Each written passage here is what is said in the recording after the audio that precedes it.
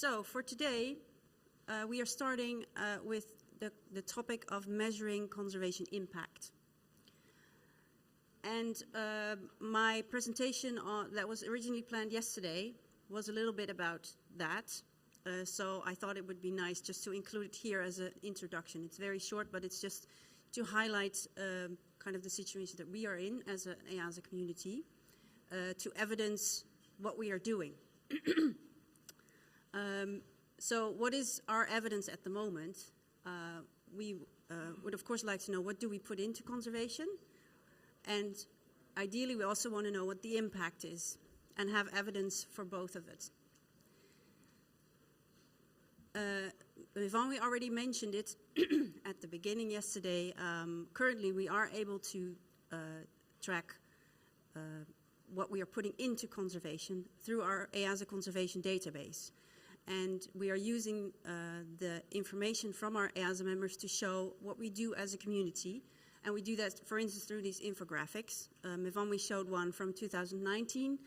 This is more recent. The 2021 is upcoming, but not there yet. But let me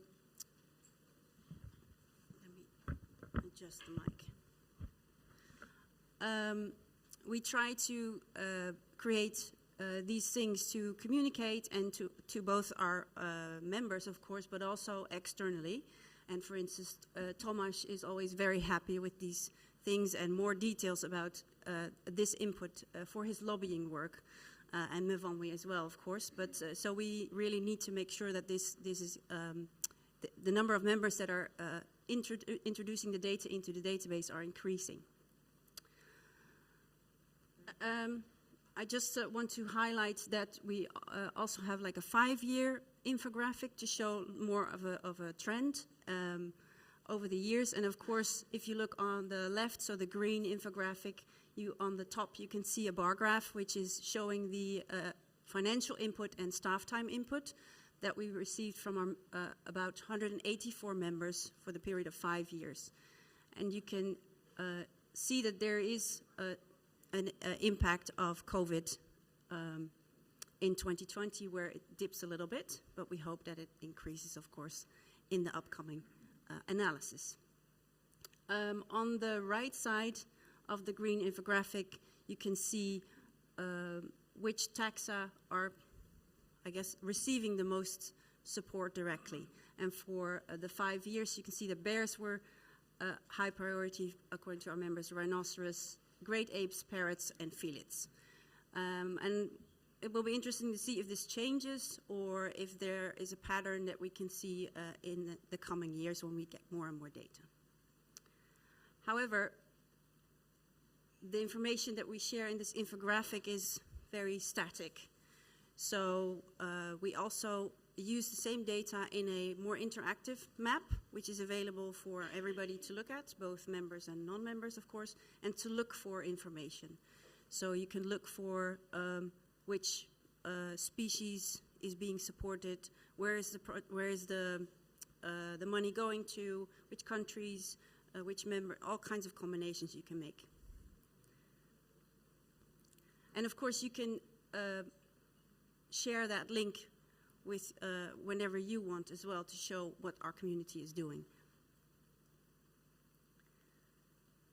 But what is our impact as a community? That is a difficult question to answer, and possibly our next big challenge. How can we work towards making our results and the impact actually measurable? So we are all here to exchange experience and share results and challenges of different conservation efforts that we are involved in. And I expect most of you have thought about, how do I measure my impact? But that's why I'm actually quite happy that we have this session. We tried a little bit of this before, but we never really got good content that we could use. But this morning we have 2 speakers that will be focusing on the topic. And I'm at least very eager to have more experience and methods available to measure the impact as a community, but maybe also as an individual member, of course. Last September, I was able to travel to Marseille for the IUCN World Conservation Congress, and that's where the IUCN Green Status of Species was launched, and I was able to have a first look of what it is. And I got really excited. I see all kinds of options there, but I don't know exactly how to use it yet. But it's like, oh, this is a potential tool that we can also use in the future. But the topic is quite new for myself, so I'm eager to learn more about this. And I was able to get in contact with Molly Grace, who is a researcher at Oxford University, and she's the co-chair of the IUCN SSC Green Status of Species Working Group. And she kindly accepted our invitation to come here and to actually talk about this green status of species, what it is and how it can be used. And after the presentation, I know I have some questions, but I would also love to hear from the audience, and I know that she also has questions for you, so I'm hoping for some lively discussions afterwards. So Molly, if you're ready, please come to the stage.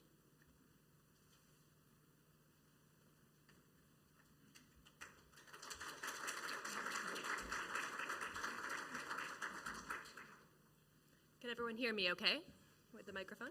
Wonderful. Go ahead. Oh, this is not my first slide, actually. Oh, sorry. Oops, that's okay. There we go. And clicker? Okay. All right, well, thank you so much, Merel, for that lovely introduction, and thank you to everyone here. This is my first time at the EAZA Conservation Forum. I have a feeling it won't be my last. Everyone has been so welcoming, and it's really amazing to see all of the great work that EAZA is doing. If you will bear with me, I just want to set a timer on my phone. The organizing committee has very generously given me 45 minutes. I apologize in advance, but I promise I will try and keep it interesting throughout. So as Merel said, I'm based at the University of Oxford, but I'm also, in addition to my sort of academic scientific role, the co-chair of a working group in IUCN, the Green Status of Species Working Group. So today I'm going to be introducing to you a relatively new IUCN assessment that looks at measuring conservation impact and species recovery. So hopefully it will be quite interesting and relevant to many people in this room. So as Merel just showed us this map, I don't have to explain to anyone in this room that zoos and aquariums have amazing conservation impact, not just the work that you do ex situ, but also in situ as well. The challenge, as Merel alluded to, is how do we communicate this impact? How do we communicate this great work to the public, to policymakers, and to funders, donors as well? So, as you might have guessed, I'm going to present to you one way that you can start to think about how to measure your impact that you are all having. And this is with the new IUCN Green Status of Species assessment. So it was launched last year. We had our official launch, as Merel said, in Marseille in September, but it was officially adopted by IUCN in July of last year. And it is a new assessment that measures species recovery and conservation impact. And what's really exciting, and what we hope will mean it has very large reach, is that it is actually a new part of the Red List of Threatened Species with which we're all familiar. So it adds new complementary metrics of species recovery and conservation impact to the metrics of extinction risk that we are all very familiar with. So in today's talk, I will explain how does the Green Status of Species, the GSS, actually measure recovery in a standardized way. How can it be used to communicate conservation impact? And especially, how can it be used by zoos and aquariums? So, a little bit of a background of the Green Status of Species. We've been developing this work for almost 10 years, and I've been working on the project for 5 years now. So we started back in 2012 at a different World Conservation Congress of IUCN. Instead of in Marseille, this was the Congress in South Korea, in Jeju. And at that Congress, IUCN members adopted a resolution to develop objective criteria for green lists of species, ecosystems, and protected areas. You'll notice that I'm saying green list, not green status at the moment. I will explain that further down in the timeline. And the idea behind the development of these green lists, why IUCN members wanted to develop them, was to have a way to systematically assess successful species conservation. So you might be thinking, we already have the Red List. We have this global standard of extinction risk. Why do we need something new? So of course, with the red list, we're looking at the extinction risk of a species, where conservation success, conservation progress historically, since the 1960s, has been shown by a species moving from a higher risk category, like critically endangered or endangered, down to a lower risk category, like least concern. That's the best you can get on the red list, right? And we hope that eventually we can get all species to be least concern in terms of extinction. But there are some challenges, some difficulties with the red list and using it as a way to measure conservation success. For one thing, the red list can be slow to show progress. So some of you might work on species where lots of conservation action, lots of funding has gone into the conservation of these species, and yet it has remained critically endangered or endangered for decades. And so how do you show progress with a metric like that? It seems like conservation maybe isn't having an impact at all. The red list, perhaps very relevant to people in this room, reflects the status of wild populations only. And so all of the great XC2 work that's being done is not really reflected in the red list, so there needed to be a way to account for that. And finally, the big philosophical question for us all is avoiding extinction enough? Is getting a species to least concern on the red list the height of our ambition for species conservation, or do we need to think about a different dimension of species conservation? Do we need to take it further? And so the IUCN members in this resolution agreed that a new metric was needed to complement the red list. However, what that metric would be was still undecided. We didn't know how will we measure conservation success. So going back to our timeline, a task force was established to conduct global scientific consultations, and this took a period of about 4 years, from 2013 to 2016. And this task force was made up of lots of international members, including some of the scientific arms of zoos and aquariums. So we have ZSL, Durrell, WCS, which is associated with the Bronx Zoo. And over these 4 years, lots of discussions, lots of meetings, this task force and all of the scientists and conservationists that we consulted decided that to recognize conservation success, you really have to have a way to measure two things: species recovery and conservation impact. However, until the green list of species, as it was called then, there was no standardized way to do this at the global scale the way the red list does for extinction risk.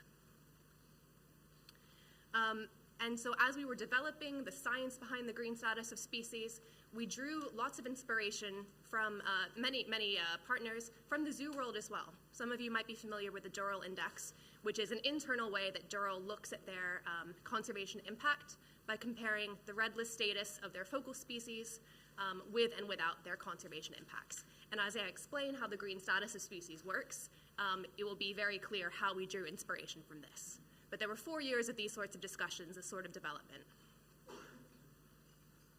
And then in 2018, we published a paper. We published the framework for an IUCN green list of species. And the idea of publishing this paper was to get input from the scientific community and basically allow us to put a framework out in the world to test and refine and make sure it was useful for all sorts of species. I should mention that just like the red list, what we were developing, we were trying to make a tool that you could use for any animal, plant, or fungus. So had to be very broadly applicable. And then over the next 3 years, which is where my big work came in, we tested that framework. So I worked with over 300 species experts, conservation experts, some of them are sitting in this room, to try and test out our draft method for assessing species recovery and conservation success, and make the tweaks that needed to happen so that it could be user-friendly and applicable globally. There were lots of other things that happened in that time period as well. So we did have a name change. We changed our name from the green list of species to the green status of species. The reason behind that is, if you remember, that resolution at the World Conservation Congress called for 3 different green lists. One of them was a green list of protected and conserved areas, and that was actually launched into the world in 2016, so years before we completed our work on the green status. And we realized we had a bit of a branding problem because people were confusing the green list of protected areas with the green list of species, and so we changed our name to the green status of species. During this 3-year period, we also conducted lots of end-user consultations with scientists, conservationists, but also with people who would potentially use the information generated by the green status of species. And spoiler alert, one of those groups was zoos and aquariums, so I will come back to what we found from that consultation later in the talk.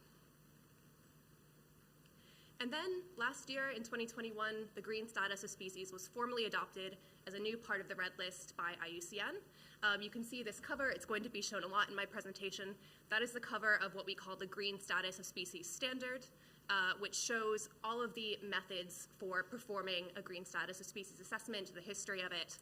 And so if you are interested in learning more, you can always Google Green Status of Species Standard and find that document. So, as I've said a couple of times now, the green status of species has two aims.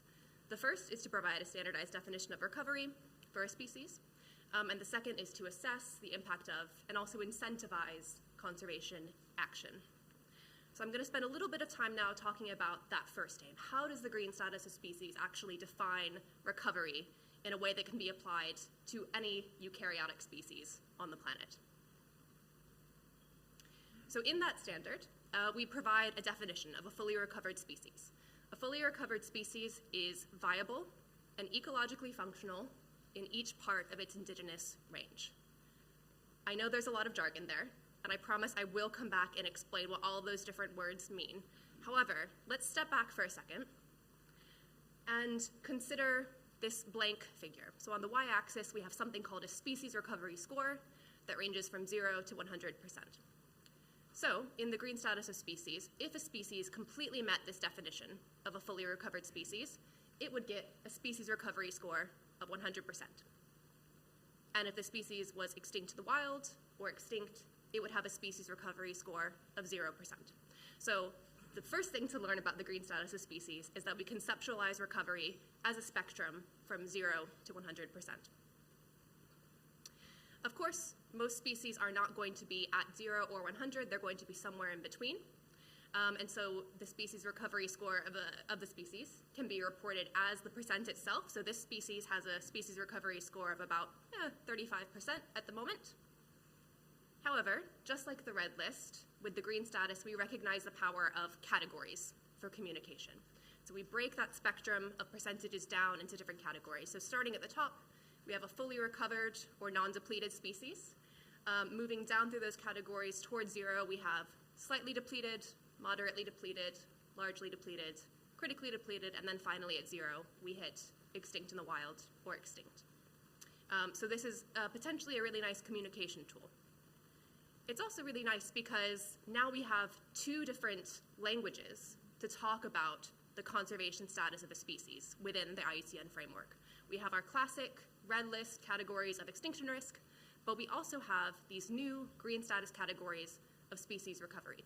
So for example, we could talk about a species that is least concern, so doing really well in terms of its extinction risk, but is considered largely depleted. And this is actually not an uncommon scenario. As I will explain to you how the green status works, I think it'll become very clear why you could get a situation like this, a least concern yet largely depleted species. So most talks that I give, I have to sort of stop there and not go into any more depth about how the species recovery score is calculated, but thanks to the committee, I have a little bit of time so I can give you the insider view of how the green status of species calculates a species recovery score. So going back to our definition, a fully recovered species is viable and ecologically functional in each part of its indigenous range. So let's break down those terms, look at them one by one, starting with indigenous range. So the indigenous range of a species is the known or inferred distribution of a species prior to major human impacts. This is, considering all of the range of the species before humans really started affecting its distribution. If I was, for example, doing a green status assessment of the Javan rhino, my little circle there has moved a bit, but currently the Javan rhino is extant only in this tiny, tiny pocket. But all of this green area is where the Javan rhino used to be found. So if we want to recover a species, we should be thinking about where was the species found prior to major human impacts. And then a fully recovered species is viable and functional in each part of its indigenous range. So in the green status, we call these different parts of the range spatial units, and they are a way to capture variation in species status across the range and incentivize recovery across all parts of the range. So when I worked with the IUCN Marine Turtle Specialist Group to do a preliminary assessment of the leatherback turtle, they chose spatial units based on the species biology. So each of these colored blobs represents a genetically distinct section of the leatherback turtle population that we would be interested in knowing how the status of the species differs between those different populations and incentivize conservation in all of those populations. The next part of the definition is a viable species. And this one's pretty straightforward. We just borrow from the red list. So a viable species is not in danger of extinction within its spatial unit, within its part of the range. And of course, we wanted to consider the extinction risk of a species, the viability of a species, because even though we want to increase our ambition for species, the first step in successful conservation has to be preventing extinction, keeping species safe. And then finally, the last part of that definition is the species should be ecologically functional in all those different parts of the range. And so an ecologically functional species, this is where the ambition of the green status of species comes in. We want species that are not just surviving, but thriving. So an ecologically functional species is exhibiting its full range of ecological interactions, functions, and other roles in the ecosystem. So we have a classic example of a keystone species, the sea otter, and if you don't have enough sea otters in the system, you can unleash a trophic cascade that really dramatically changes the composition of the ecosystem. However, many species are not as strongly interacting, shall we say, as a sea otter. It can be difficult to measure their function. I'm not going to get into how that works now, but we did publish a paper about it in conservation biology a couple of years ago if you really want an in-depth look at how the green status of species thinks about function. So this is the last bit of the sciencey stuff, I promise. So in brief, if you want to conduct a green status assessment, first you must define the species range, so its indigenous pre-impact range, divide that range into spatial units, assess the status of the species in each of those units, so a species can be functional or viable. If it's not functional or viable, it could be considered present, or if it's been extirpated there, it can be considered absent.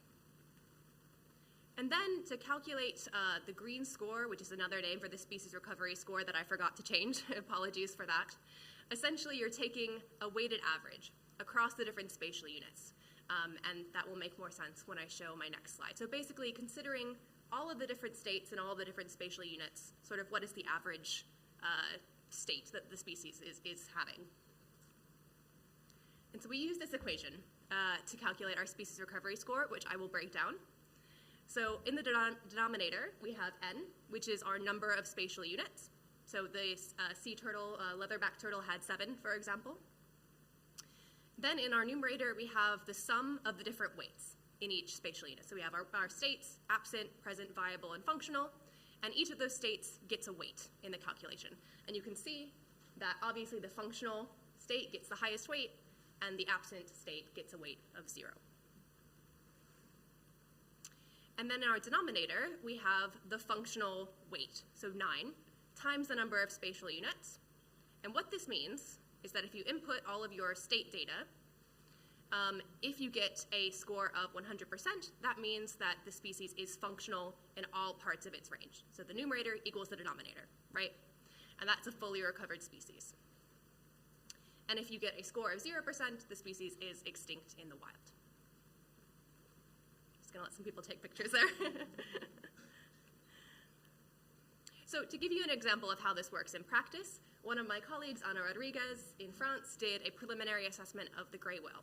So the gray whale, you might not know, actually used to exist in the Atlantic Ocean, as opposed to the Pacific Ocean where it currently exists.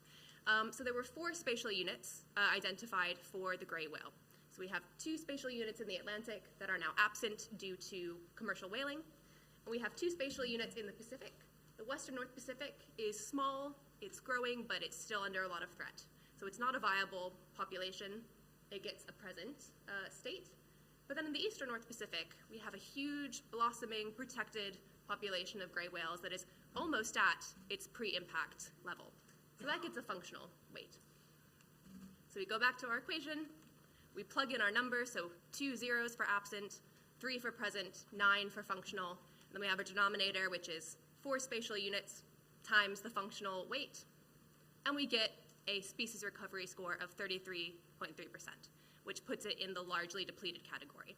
And what's interesting is that because this population in the eastern North Pacific is so big and doing so well, this species, this gray whale, has a red list category of least concern, which is entirely appropriate. It is not in danger of disappearing off the face of the planet anytime soon. However, in terms of its recovery, there's still a long way to go, and the green status helps show that. So, to recap, we have our definition of a fully recovered species, we have our species recovery score, and I've just shown how to calculate that, and we have our different categories. I didn't get into it, because we definitely don't have time, but of course there is uncertainty built into this as well. So you might not know what state to give a spatial unit, and if the uncertainty is high enough, it ends up in the indeterminate category. But we can talk about that later if you're interested. And so far, we have tested this, at least preliminarily, on over 200 species, and we have found species in every one of our different species recovery categories, all the way from fully recovered down through to critically depleted and extinct in the wild. Now that I've got that out of the way, we all kind of understand what's happening, I can get on to the exciting stuff, which is the second aim of the green status of species. How do we use this recovery framework, this standardized way of seeing how close a species is to recovery, to assess the impact of and incentivize conservation action? So, we're all familiar with this figure by now. To get the species recovery category that I've been talking about, so fully recovered, largely depleted, you just look at the species recovery score in the current time. So how is the species doing right now? However, we could do a thought experiment. We could, oh, and I'm sorry, that formatting has messed up. That should say no conservation. Conservation versus no conservation. We could think about what would the species recovery score be today if no conservation action had taken place in the past. So this is a global assessment still, so thinking about all of the work that's being done for the species across all the different parts of its range, what would that species recovery score be without that conservation work? And again, the formatting is very messed up, apologies. But the difference between the actual current score and this hypothetical score gives us a metric called the conservation legacy of a species. So what has the impact of past conservation been on a species? We can also think forward into the future. So 10 years into the future, which some of you might realize is a pretty relevant time frame for funder cycles, for donors, thinking about what would happen to this species if we stopped all of our conservation efforts worldwide today. And the difference between that score and the score that you get, the current score, gives you a metric called the conservation dependence of a species. So how dependent is the species on continued conservation?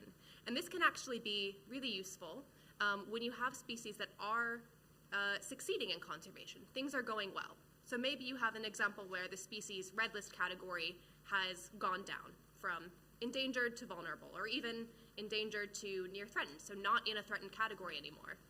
As we heard yesterday, sometimes when you reduce the risk of a species, the funding for that species conservation can dry up because you prioritize species that are more in danger, or some funders do anyway. It's one consideration. And so by having a metric like conservation dependence, we can show that actually, yes, we've succeeded, but if we stopped now, we would be in real trouble. So it's an argument for continuing conservation and justifying the continued work that we all do. We can also think over that same 10-year time frame, what can we expect to gain? So if we continue the work that we're doing over these 10 years, what sort of increase in the species recovery score can we expect? And this is really nice because it helps ground our expectations for thinking about what can we achieve in those next 10 years. It can show us, we have this point that we're trying to get to. We can show improvement over these 10 years, but also sort of helps donors and funders see, have a bit of a more realistic idea of what can happen in 10 years. And so the difference between this species recovery score and the current score gives us a metric called conservation gain. And finally, the one that I find really exciting, and I hope you do too, is we can think over an even longer time frame, 100 years into the future, and we can think in 100 years, if everything went right, if we had all of the funding that we needed, if we had all of the volunteers that we needed, and we could do all of the habitat restoration and invasive species control and ex-situ propagation that we wanted to do, what is the best we could achieve for this species? What is the maximum species recovery score that we could get for a species? And I have to say, this is meant to be an optimistic yet realistic scenario. So we are not discounting things like climate change, sea level rise, human population growth and development. Some of these things are inevitable, and for some species, that might mean that their species, that this scenario in 100 years might actually not be very close to 100%. But it can give us an idea of what we can do with our ambition if we had all of the resources that we need. And so this conservation impact metric is called recovery potential of a species. So I've shown you the 4 conservation impact metrics of the green status of species. And the 100, there should be a 100 years there, but that's all right. So I've shown you the 4 conservation impact metrics of the green status of species: the legacy, dependence, gain, and recovery potential. And having all of these different metrics plus the species recovery score can really open up new opportunities in how we talk about the conservation story of a species. Maybe a species is kind of low in its species recovery score, maybe it's critically depleted, but it has a really high conservation legacy. So conservation has worked for the species. Or maybe it has a really high recovery potential. So we can achieve lots for this species if we find the resources to do it. And as I said, we have these new metrics. So we've seen the red list and the green status species recovery category, but then we also have these conservation impact metrics that you can use to talk about the conservation story of a species.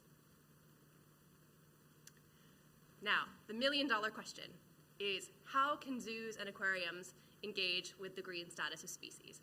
You're probably sitting there thinking, this is all very nice, Molly, it's very academic, you've probably published lots of nice papers about it, but how can we use it, right?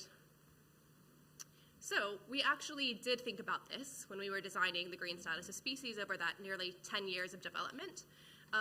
Near the end of our development process, once we'd sort of worked out the science of it, we hired a consultant to conduct an end-user survey because we wanted to know how different types of end-user groups might use the green status of species and how they envisioned themselves using it. And one stakeholder group, you will not be surprised to hear, was zoos and botanic gardens. So actually no aquariums really considered in this preliminary sort of stakeholder survey. So I will say our consultant came up with a very short list of zoos and botanic gardens. It sort of ended up being people in his network that he was able to interview more than a comprehensive survey. So that's why I'm very excited to be in this room and talk to representatives of the zoo and aquarium community. So short list of interviews from zoos and botanic gardens. But we were able to get some preliminary thoughts and feedback about how this community might use the green status of species, might engage with the green status of species. And good news, everyone that we interviewed from the zoo community indicated that they would use the green status of species. They were excited about the green status of species. However, there were some concerns. And so we did a thematic analysis of all the interviews, and some of the big concerns that were coming out are perhaps some of the concerns that people in this room are having right now as I'm talking. The biggest ones were limitations of resources, time, money. We're already asked to do so many things. How can we fit the green status into our programs? The complexity of it. Many of you might be sitting there scratching your head, even with this very brief overview. And also potentially lack of data. If we don't know enough about a species, how can we possibly engage in this complicated assessment process? The good news is that the zoo community identified many different ways of potentially engaging with the green status of species. And they range from what I call sort of simple to advanced. So you have sort of simple ways to engage where you are not actually conducting an assessment yourself. You are just using the information from an assessment to help guide your planning and your communication. And there's also that more advanced method. How can you use the green status tools to evaluate your own conservation impact? So these ways of engagement range from communicating success to using the green status information in decision-making, potentially as a tool for fundraising, and of course, that advanced level of measuring your own impact. So first, communicating success. I think this is a really great way that any organization in this room can engage with the green status of species, because it's a new way to talk about species conservation and a new way to engage the public, funders, donors about what's going on. So if you go to the Red List website now, you will see lots more green status assessments than just this are already uploaded on the Red List website, available to view, download, and learn from. And so this is something that you can incorporate in your communications. You know, if a species that you have in your collection or that you work on in the field has a green status assessment, this is a great new resource. And so I'm going to incorporate what I call some zoo views, so some direct quotes from different zoo organizations that we interviewed about how the green status can be used to communicate success. So I won't name any names, but the person who was interviewed from the Denver Zoo had this to say. A lot of our work is about communicating conservation to the public. If you say a species is on the red list, the public will assume it's endangered. So psychologically and culturally, we think of red as bad and green as good. So it's a more optimistic framing with the green status. We also, our consultant chatted to someone from the Indianapolis Zoo who said being able to pair green status outputs with red list information could be immensely powerful. Our visitors are always asking if our animals are endangered, and it would be wonderful to answer using the green status. Look, species X is doing well in the wild thanks to these interventions. So again, telling a more complete, more optimistic, potentially, conservation story. And I snapped this image in the Zagreb Zoo the other night. So as you can see, as you all know, many informational, educational signs already include red list information. Why not put the green status there too, and give a bit of hope to the story? However, to do this at scale, and with the species that you all love and conserve, we do need more assessments for this to happen. So as I said, we have about 200 at the moment. Most of those are still preliminary, still going through the review process, and obviously there are thousands and thousands of species that are held in collections. If you are one of those intrepid people who would like to do an assessment or know someone who would like to, this website that's been at the bottom of every slide and will be for the rest of the talk, which is not much longer, I promise you, shows where you can find all of the green status assessment materials. And so if you navigate to that website, you will see this page and you will see two things. You will find the technical guidance, the nitty-gritty of how to do an assessment in even more detail, if possible, than I've explained today, and that guidance is available in English, French, and Spanish. You will also find the assessment materials. So currently, we conduct assessments using an assessment workbook, as we call it. It's something you can download or email me and get an online version. And basically, you input your data, and it does all of the calculations for you. It calculates your species recovery score and your species recovery category and your conservation impact metric. So all the hard work is done for you.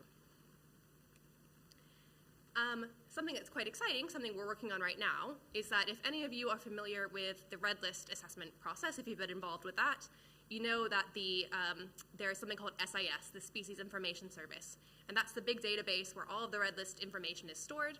And we are building a green status module in SIS. So pretty soon, you'll be able to complete assessments directly in SIS. You will not have to go through a middleman like me and have that direct upload of your data to the IUCN Red List website, which is really cool, because if you look at some of the species that we've done already and have reviewed and published online, you see that now their Red List pages have, in addition to the Red List category, right front and center, they have their green status category. So right from the beginning, telling this more full, more exciting conservation story. Now moving on from communicating success to how the green status can be used in decision making.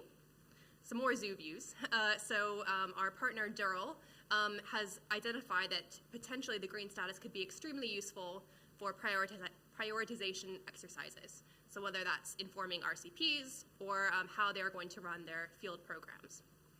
And the reason for this is that the green status is a spatially explicit assessment. It tells you about the current status and the potential future status in different parts of the range. And so to use a case study from Durrell, one of their focal species is the mountain chicken. And so you can see its indigenous range on these islands. It is absent from most of its indigenous range. It's present on simply one island. That's its current state. However, if we look at the recovery potential of the species, we can see that within 100 years, we could achieve populations of the species on multiple islands. And really exciting, there's the potential to get a functional population on 2 islands. So for Durrell, they might be wanting to think about, can we focus on these islands with our field programs? This is going to get us the most bang for our buck for this species. Moving away from decision-making to fundraising, something that we're all very interested in, I'm sure. Durrell, again, had this to say. So species conservation needs 20 to 30 plus years before producing results. And when projects don't demonstrate success in a 3 to 5 year grant cycle, this can lead to donor fatigue. So quantifying potential gain and conservation dependence could help ensure funding long term. So another way to communicate your programs, communicate to donors that yes, progress might be slow, but it's working, and there's lots of potential there. So keep giving us money. And then finally, I'll end with the advanced level. So how could zoos and aquariums use this framework to measure their own impact? So we have our familiar image there. So these are just examples, by the way. You could use any combinations you can dream of. But for example, you could think about how does your XC2 programs increase the recovery potential of a species? Simply having individuals or their gametes XC2 automatically gives the species some recovery potential, even if it's extinct in the wild. You could think about the different field programs you run or that you fund. How has that contributed to the conservation legacy of a species, the past impact that those programs have had? When you think of into the future, what's the potential gain for the species? How does the information that you collect, ex situ, how can that contribute to gains in the wild, in situ? And finally, you could even think about the conservation dependence of a species. So how does the education work you do with the public, maybe the ambassador species that you keep, how does that help prevent the species from slipping closer to extinction? So, coming to the end of my talk, what are the next steps for the green status of species? Again, we're relatively new, so we have lots of work to do over the next decade, and hopefully we can all work together to make this happen. But to help that come along, we are currently developing an online training so that you can go online and do the training yourself, and you don't have to sit here and listen to someone like me explain things to you. You can take all the time you need to learn how the green status of species works. But what's really exciting is that we've just hired someone, a new postdoc, to think about measuring the conservation impact of specific actions or specific institutions or specific programs. And apologies for this late in the talk introducing a new way to think about this figure, but it's the same. It just has triangles instead of brackets. So currently, we've developed guidelines for the green status of species at a global level. So what is the collective impact of all of the conservation actions, all of the conservation programs across the world for a species? But what if we could break those conservation impact metrics down? What if we could look at the impact of different actions on a conservation's legacy, the impacts of a particular program or a particular collaboration, particular partnership? How powerful would that be to communicating, both internally and externally, the impact that organizations have on species conservation? For example, maybe we could break out the contribution of the Zagreb Zoo to the recovery potential of the species in its care. And so I think this is a slide that I added in just yesterday because I wasn't familiar with EAZA 21 plus before yesterday. But I think this is an area that I'd love to chat with people about because thinking about the aims of EAZA 21 plus, how can you measure the impacts of your projects on species conservation? Potentially the green status could be one of the tools in the toolbox that helps you do that. And as EAZA 21 Plus is linked to the CBD process, the green status of species is actually an indicator for the post-2020 CBD framework. So there's lots of good synergy there, and I look forward to lots of good discussions with people over the next few days about this. As I said, we've just hired someone to think about this sort of project level, institutional level impact. Rebecca Young is doing a joint postdoc at Durrell and with me at Oxford, and so she is going to be the one to talk to. Maybe she'll come here for the next conservation forum and tell you about the work that we've done in the interim. And of course, my big next step is talking to you. And I think Merel has arranged some time for questions and discussion after this, which I'm very much looking forward to, and continuing to learn from the zoo and aquarium community and how we can improve the green status and make it relevant to all of you. Oh, that is unexpected. This, yes. So this should have been an acknowledgement slide that had my email address on it, as well as all the members of the task force and my co-chair Barney Long, based at Global Wildlife Conservation. But you can at least see all of the partners and funders of the green status of species over the past decade. So apologies for the technical difficulties, but if you would like my email address, please come find me at the conference, and I'm happy to chat further. So thank you very much.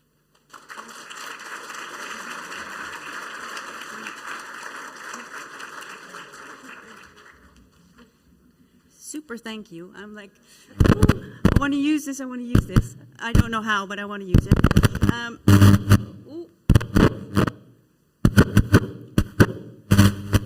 Give it a few seconds that we can fix this.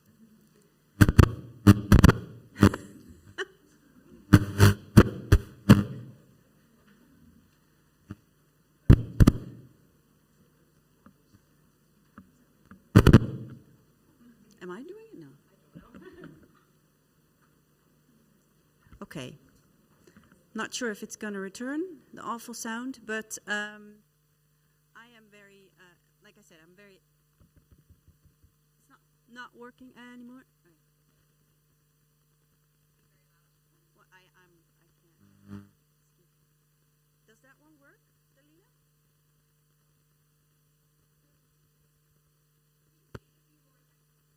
Yes.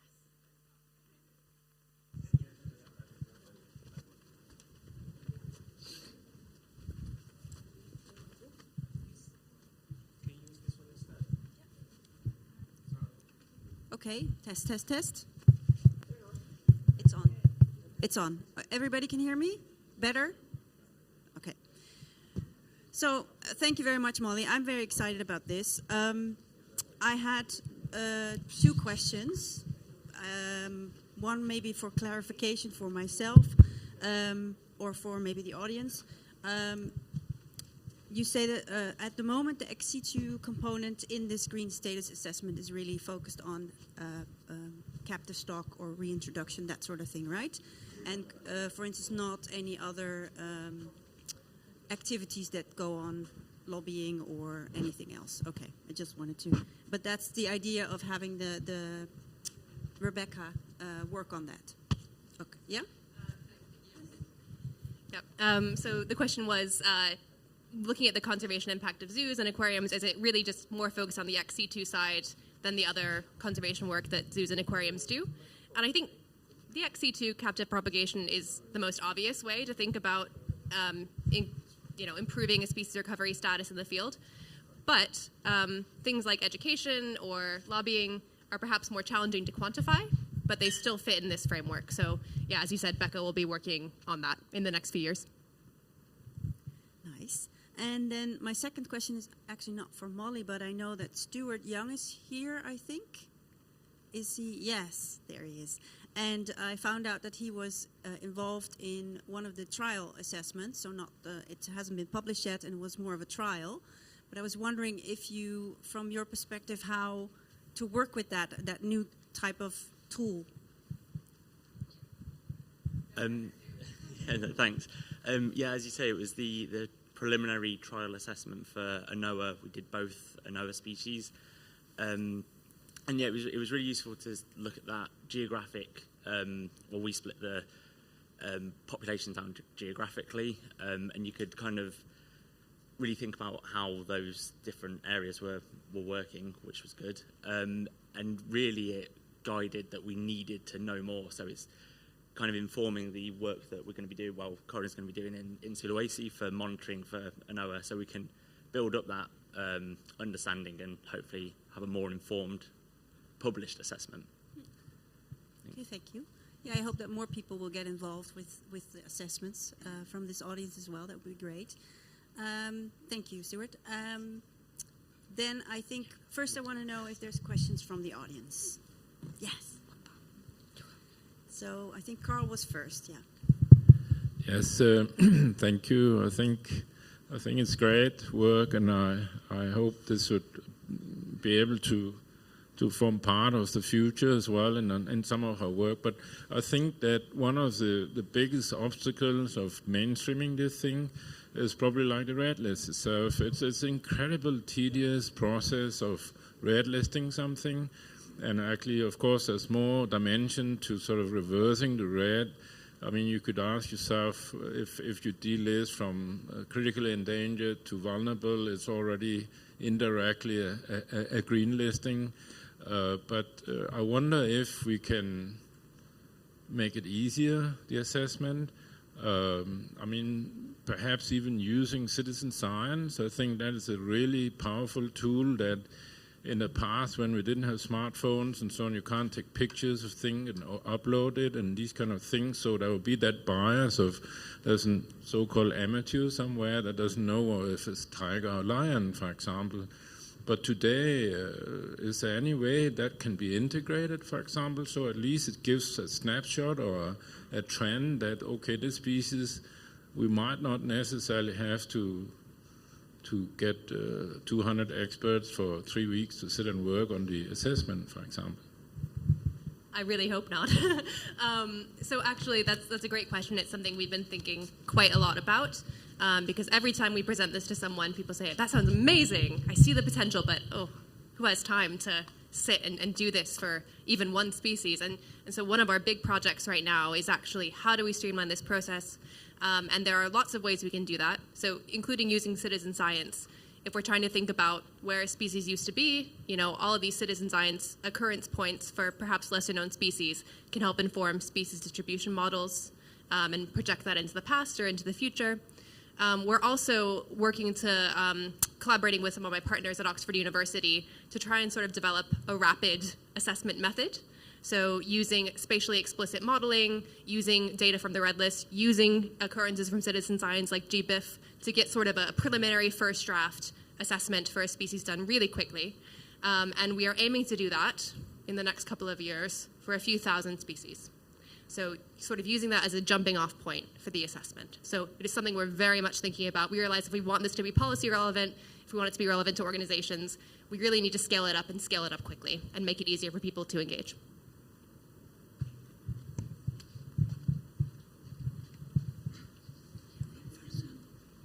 Thank you. Yes, thanks also for the presentation, quite interesting. I mean, a range of questions arise, but I will focus on one. I stated yesterday that, in my view, the major drawback of the International Action Plan for the Northern Polar is that it don't takes climate change into account. And I mean, in your concept, the major focus is on the indigenous range. And this also implicates in a way that it's a static world and return to a status before impact of the humans. But in many species, this is very theoretically, and implementation of actions may be more reasonable now, even in 30 years, outside this indigenous range in other areas. So how this concept takes this into account? Excellent question. And I thought I wouldn't have time in the presentation to talk about this. But we have thought about it. So in that definition that I showed, it talks a lot about the indigenous range. And that's really important because when we're talking about recovery, we have to have something to recover to. We have to have a baseline. And so even if we can never get back to that baseline, or it's not realistic to get back to that baseline, we have to have it to show sort of the impact that humans have had on species, what has been lost. But as you very, very correctly pointed out, species are not static. There is no sort of one point in time that represents the true distribution of a species. And especially with climate change, species distributions are changing all the time. So actually what I showed you, that full recovered definition, is not the complete definition. I'm sorry. The full definition talks about a species that is viable and functional throughout its indigenous and expected additional range. So expected additional range accounts for changes due to climate change, due to conservation translocations, and allows us to add new parts of the range that we can add into that equation. And I didn't have time to cover it, but very excellent question.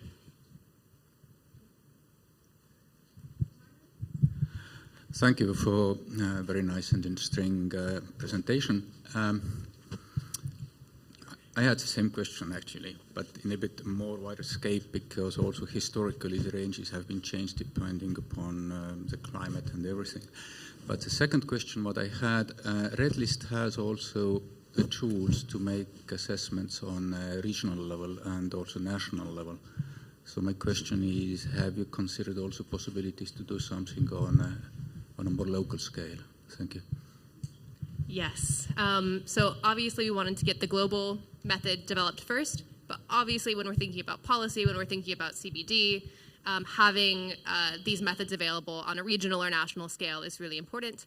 And so our new postdoc is actually going to be working on that as well. So in the next few years, we should have at least preliminary guidance on how to do that. And we recognize it's very important.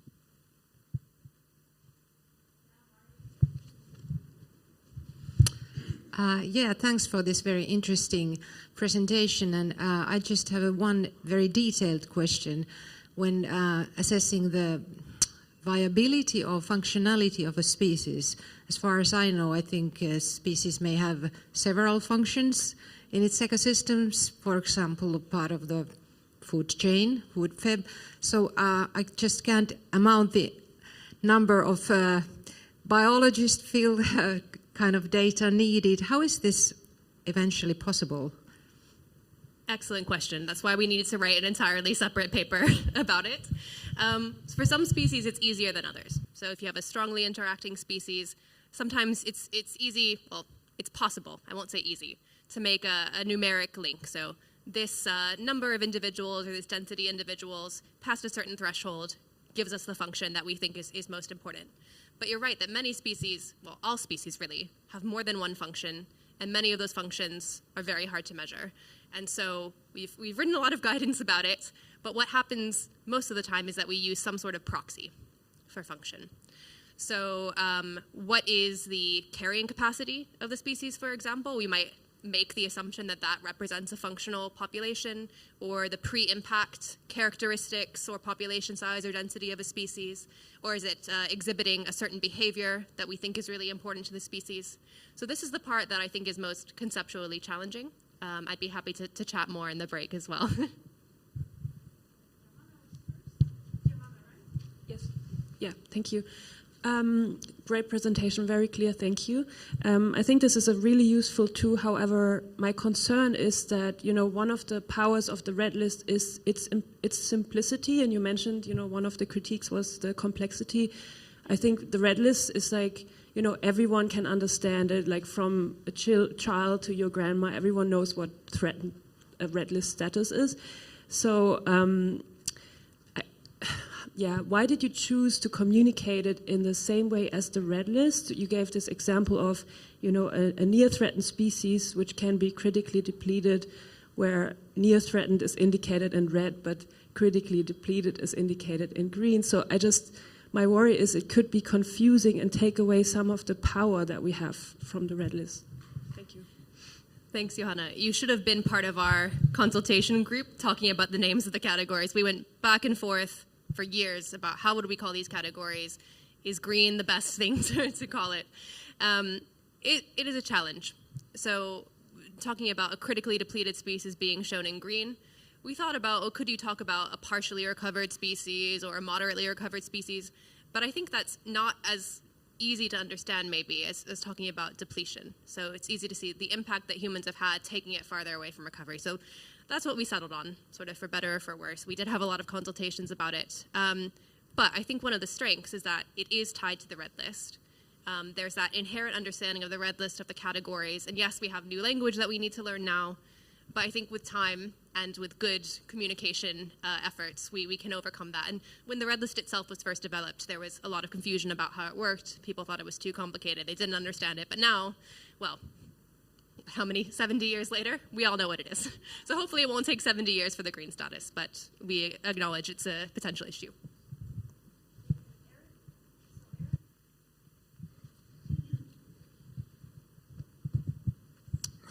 I have two questions. The first one is we have hundreds, thousands of species waiting for a red list assessment.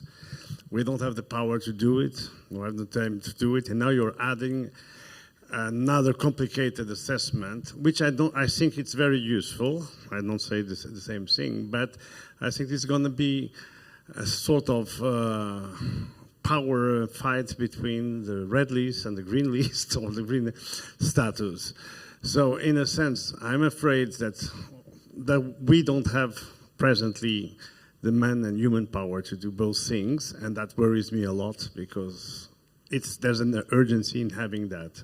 And my second question is, you're talking about your PhD student that is going to work on the assessment of institutions, programs, etc. Would you consider that as a paid service? Okay. So the first question is easier to answer. I think I might need to ask you to rephrase the second question a bit. But the first question is, will the green status compete with the red list?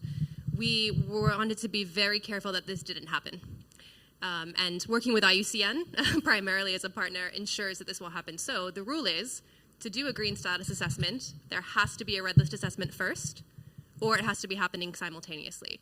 And actually, we think the green status can help us get more red list assessments done. It can be very hard to find funding to complete red list assessments. It's crucial work, but there's not funding for it, and there's so many species, as you said, Eric, that do not have a red list assessment. But with the green status, this shiny new toy, we can measure impact, we can measure recovery, that gets funders interested. And so by having this rule that, you have to do a red list assessment first, we're ensuring that we get more species assessed on their extinction risk. And then the question about my postdoc, paid, is she getting paid? Is that the question, or? I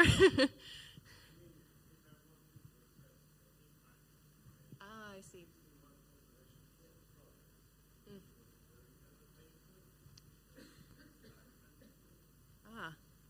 I like that question. Talk to me in a few years. So right now we're still developing the methods. We have a few partner organizations in the zoo space and in the sort of broader conservation space that we're working with to pilot it. But we always need money for the green status, so maybe that will be a mechanism.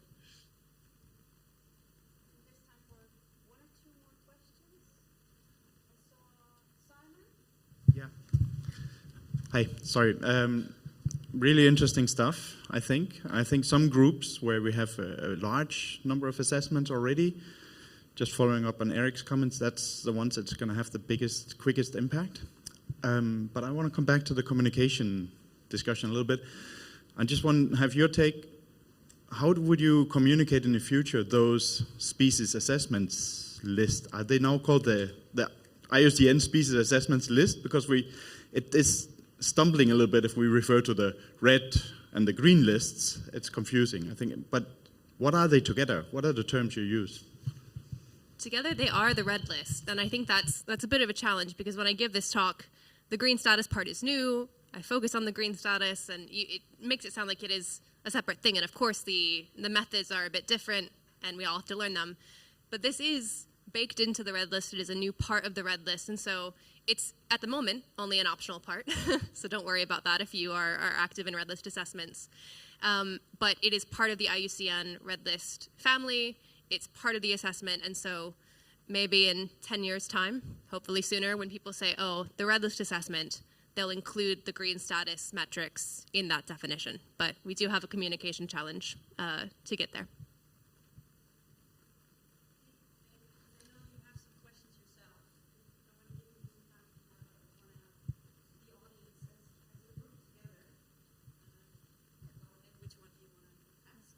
I'll just ask one question, because we had our consultant that we hired, and it turns out that his friends in the zoo world were in the US and the UK, not so much in continental Europe, and also he didn't really interview many of them. And so I would be really interested to hear from this audience in the European context and also in the aquarium context, which we haven't really had time to discuss, at least in our team.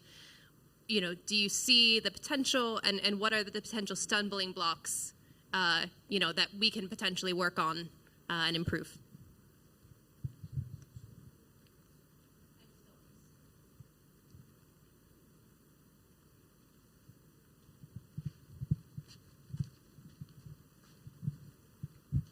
Thanks. I actually work in education at the zoo, and I think that now it's sort of what we've been trying to do with our programs and guided tours, because I don't actually think that the red list is intuitively understood by regular people. I myself had to research it pretty deeply to understand what the categories actually mean. And if you just say to a person that the species is a least concern or even critically endangered, they don't really have a framework to understand how bad or how good the situation is. And it's really important that the situations are always volatile, and you're just capturing this moment in time where the species was assessed, which was also maybe 10 years ago, right? The way we've been trying to mitigate that is that when you say, when you talk about the red list for a particular species, then you also add to it. You never just say that the species is near threatened. You explain what it means, and you explain how it's changed in time. And if you know about the conservation actions taken, then you explain those as well. And you also try to suggest possible outcomes. And if you can, actions that the particular persons in your group can take, just to make them feel a part of it and, well, to generate more action. So I don't really see a conflict between the red list and the green status, especially because, if you say it's the red list, but the species also has a green status, then yeah, I think that's very useful. I kind of had a question about the recovery potential, because to me it seemed like it was purely a thought experiment. What do you think will happen, in that many years and that many years? So is there a way to make it more objective? Yes, very good question. First of all, I'm glad to hear that you think in terms of the education and comms it would be a useful addition to the red list. But yeah, so scenarios. I said thought experiment. I said that very sort of glibly. But as you might expect, we published some papers, guidance on how to do these scenarios objectively. So there's lots of different ways you could do it. You could use quantitative or qualitative methods, inferential or observational.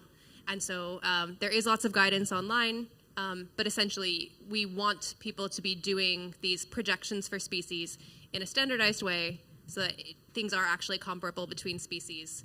And that, it's not just, we think we could get back to 100%. It's given the trajectory, given the threats, given the, all the factors, what is possible. And so there are ways to standardize that, and I'm happy to chat more about that as well.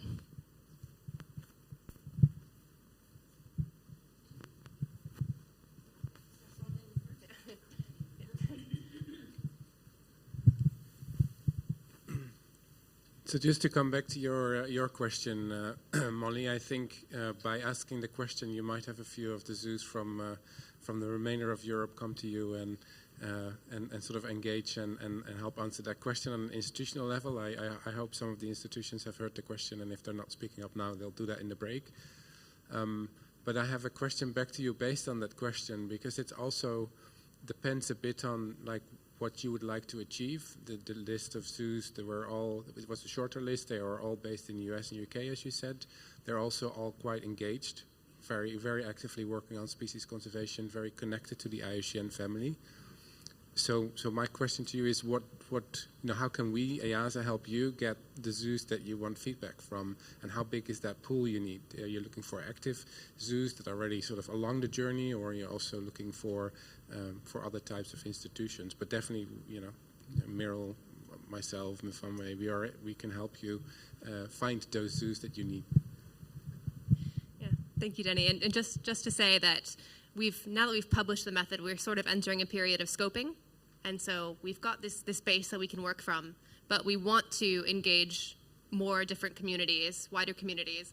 And also, if you're familiar with the history of the Red List, it took about more than 20 years before it was finalized, right? The version that we know today.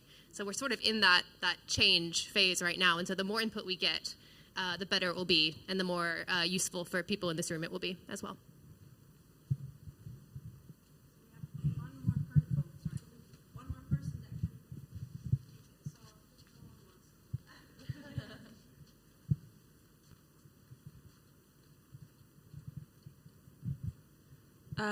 So you mentioned that the postdoc is also going to work on, how can we showcase the impact of ex situ populations, if I understood correctly, and I would maybe just offer our help in that, and hope that there might also be a way to showcase, the ex situ populations, because this is very much based on the habitat in the wild, but maybe we can include, the important work that zoos are doing in managing their ex situ population and increasing those populations also for species that have already gone extinct in the wild.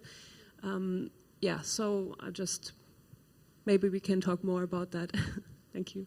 I would really like that. Yeah. So I think we don't have more time, unfortunately.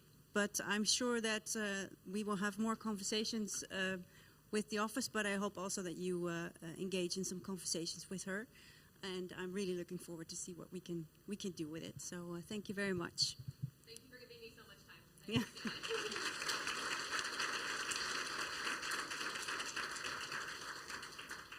Yeah, I think I also needed some time to wrap my head around it, so I thought, we give other people also some time.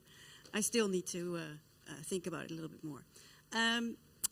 However, moving on from assessing maybe a global impact, we are now having a presentation by Scott Wilson, who is the head of field programs at Chester Zoo and a member of the EAZA Conservation Committee. Within the committee, he has proven to be priceless regarding input for our review of conservation standards. Just want to highlight that. And today he will share with us his experiences with the development of a new impact measurement system for Chester Zoo's field conservation projects. So, welcome. Do you mind using it like this? Oh, karaoke.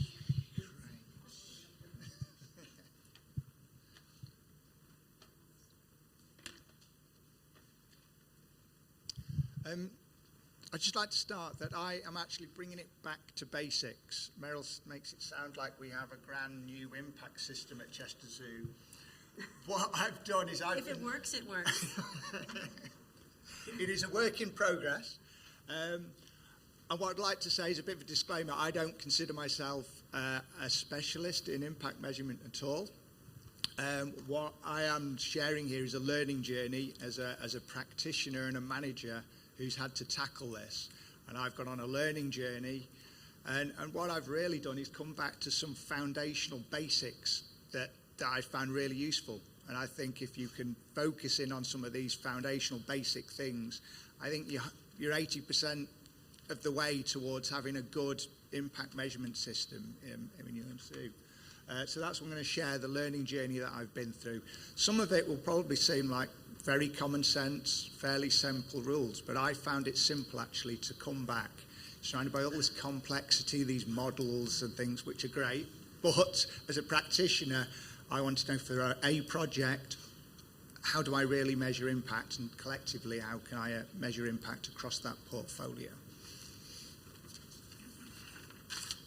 Is there a clicker?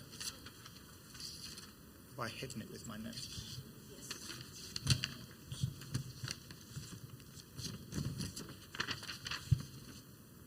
reams of paper that are going to fall off the stage.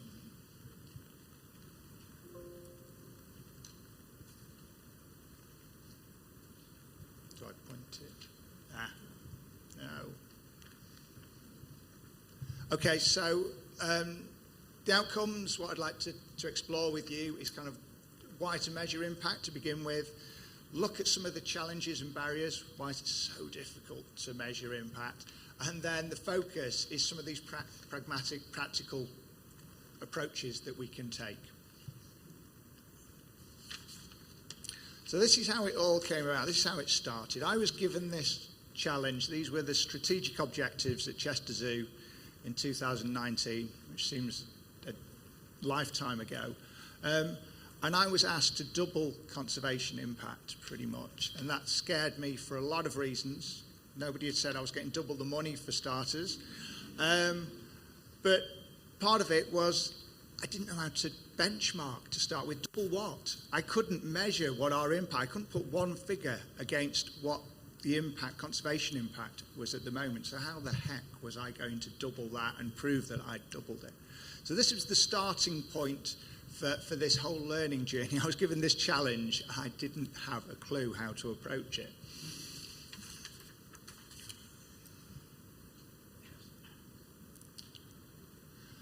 Just to give you a scale of that challenge, this is our portfolio of projects in 2021.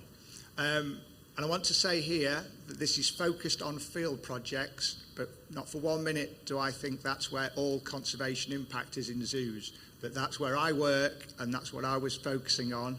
And to be honest, it made it a feasible aim to look at the whole zoo and all our conservation activities in one go was going to make this insurmountable, I think. So this has been the starting point, but the conversation has actually spread to other areas of conservation as well. But this portfolio project is quite diverse. There's different scales of projects. We have different levels of influence. There are lots of different types of projects in there. So it sort of gives you an idea of the scale. How do I, from all of those, get one metric to say this is our impact, and then in a year's time saying, right, this is our impact and it's improved or it's not.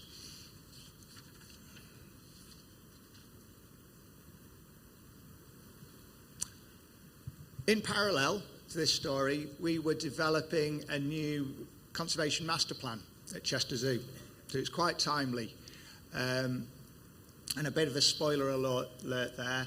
You can see actually now the new master plan has targets rather than benchmarks. And I like to think this body of work helped influence that. So that was one big change that came out. But actually, as I was going through this process, it was able to input into the development of the master plan as well, which was really useful. And this was quite a step change for Chester Zoo. We've always had quite an ambitious strategic master plan, how we're going to build in the zoo and attract more visitors. And there'd always been quite a sort of robust resource allocation to do that. But we didn't have the same for the conservation. We didn't have a clear long-term strategy. What do we want to achieve with our conservation work? So this is quite a game changer in the zoo, that it put it on an even pegging strategically with the development of the visitor attraction and sort of the physical zoo site. So it has been a really important process for us, and measuring impact has obviously been part of that. With the strategic development plan, we can quite easily say we built islands and we've got 100,000 extra visitors the year after. But actually we need to have the similar arguments for our sort of conservation work as well. We've done this, we've invested this extra, what have we achieved for that? And then also happening in parallel, I was doing a business management master's, and what I was able to do, and this was great because it actually made me dedicate time to this thought process, is I was able to put my thesis project focused on this question. So just a very quick summary of what that research entailed. It had 3 elements to it. The first part was a literature review, and that was across the whole third sector. So it looked closely at what was being done in the the conservation sector in terms of measuring impact, but also looked outside of that in other areas, health, animal welfare, other third sector areas. Was there something we could learn from these other third sectors? So it was much wider than just the zoo sector. There's an element of secondary data research. So basically that was ploughing through annual reports and impact reports of organisations to see what I could learn from there. What were they doing? Was there something there I could learn and adopt? Basically, I wanted to find something that worked and just steal it for Chester Zoo. It didn't quite pan out like that. So that looked at 22 organisations, again, across the whole third sector. I'll be honest, that element didn't give me a huge amount of insight into the methods that people used. It showed me how people present their inputs or outputs in some cases, but it didn't show how they measured the impact, the sort of processes and methods behind that. And probably the most useful bit was I had 5 semi-structured interviews with impact specialists within the conservation sphere, people who specialised in this area. I sat them down in a room and I grilled them and quizzed them, and that was by far the most useful bit that came out of this.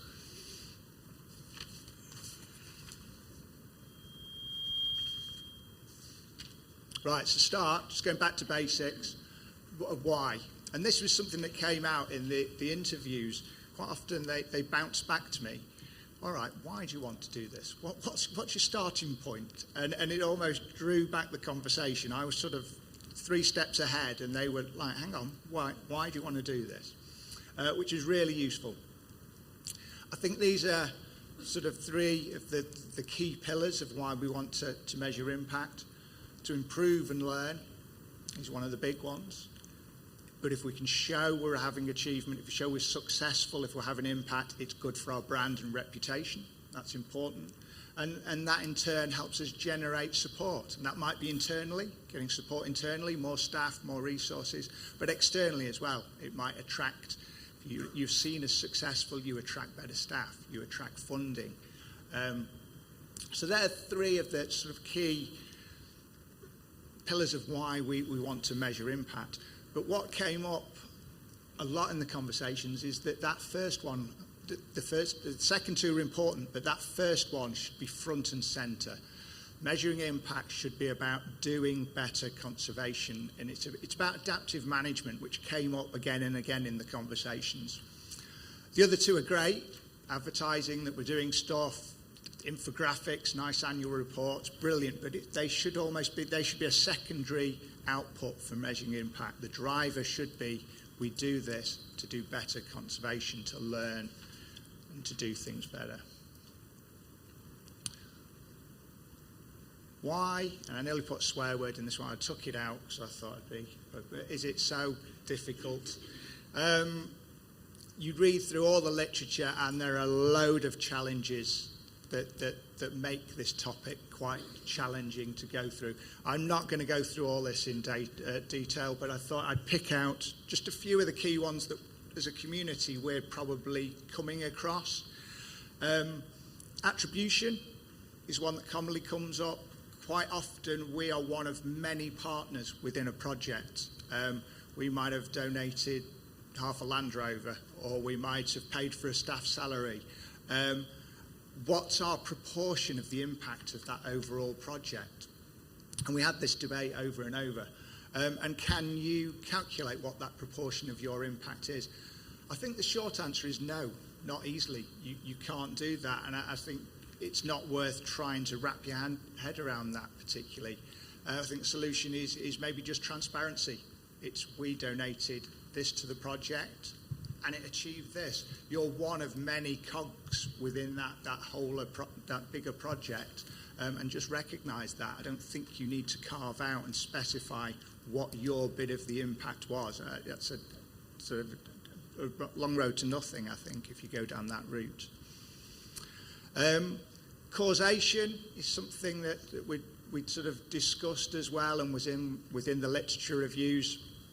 We work in very complex dynamic systems. How do we know the bit of activity that we did actually caused the change in the end? Was it some other external factor that caused that? And I think that's a really difficult one, and quite often I think it's just intuition that you kind of know we did this, and that's what caused the change. I think some of the counterfactual work, the green status and the Durrell index, can help with some of those arguments, but I think that's one that there isn't a full solution. I think some of it is just, I know we've done this work here, the species has improved. In the surrounding landscape, we know it's declining, so chances are our project has made that difference. We chatted about some of the enabling activities as well. Research, red list assessments, green status assessments, action planning, all important activities, but they don't necessarily have a direct impact. They don't lead to that species recovery. That's the action that comes later on, but they're needed to get to that action. And I think the discussion there was, that's fine, as long as you know what the theory of change is and that you're doing this assessment or this planning to then lead to the action further along the line. So just as an organisation, you realise you're doing this to achieve this, and it may not be you doing that end action, but you're helping enable that at the end. But I think it's important for us to think about this as well. We might do 10 action plans in a year, but if they don't lead to action, if they sit on a shelf and do nothing, we're not having an impact. We need to think about that. Time and will came up quite a bit. I think it's seen as bureaucracy, and I'll touch on this later sometimes, to do these systems. If you look at the healthcare system, for instance, why do I want to be sitting down trying to calculate impact when I could be out saving lives? I think quite often that's something that came out. And I think the solution to that, which I'll touch on later, is it needs to be seen. This isn't some academic exercise at the end. This is a process to help you do your job better. It will help you save more lives if you do this and bake this into your systems. And something that came out throughout the whole third sector in the literature quite strongly is leadership as well. If you don't have a strong cultural imperative to do adaptive management, to measure impact, then it's hard to make that happen within your organisation. So leadership was quite often cited as one of those barriers. Right, so that's enough of why it's challenging. All right, how do we tackle this? So what are the practical methods we can actually use and approach this? So these are just a few of the key findings that came out of this. Not benchmarking. That was the big one that came out. We're not factories. We don't produce the same things year on year. We can't look at what we did last year and say, all right, we've produced 20% more this year. For a project on the ground, you might focus on research activities in year one. You might do community-based action in year two. It might be something else in year three. You cannot compare those. They're not comparable year on year. You can't get a metric that will compare that. What you need is goals and targets, I believe, and we've made that switch, and I think it gives us much more clarity and makes the process much more easy. If you can have those clear goals and targets, I think it helps give you an identity within the organisation. Everybody can buy into that. We all know what the journey is and where we're going. So I think culturally, if you can have that clarity, then everybody can get behind that, and it can help the organisation a lot. I think if you get those right as well, it will drive other processes within the zoo. If you're sitting down thinking about, all right, what project can I do next? Which country should I be working in? Actually, if you know what your goals and targets are at the top level, that's your first stage of your selection process. And it can help all those different people in the organisations who have their different pet ideas and different projects actually sit down and think, all right, you want to do this, you want to do that. How is it going to help us reach this goal? And you can have a guided discussion as to what the priorities should be. An important one is that process helps prioritise what you should be doing and helps a discussion about resources. We want to reach this goal. Okay, great. What do we need? What staff do we need to do that? What fundraising do we need to do? What core budget from the zoo do we need to do that, so it can guide those internal discussions as well. This next slide is just to make you feel hungry. A phrase that came up again and again in the interviews, which I really liked, was baking in conservation impact measures. And on reflection, I think this is why I found this whole topic quite challenging to begin with, because I was looking down on the projects and asking the question, how do I measure impact? Whereas what should happen is in project design, you should be designing in measuring impact, and it should be the building blocks that then sort of everything else is built in.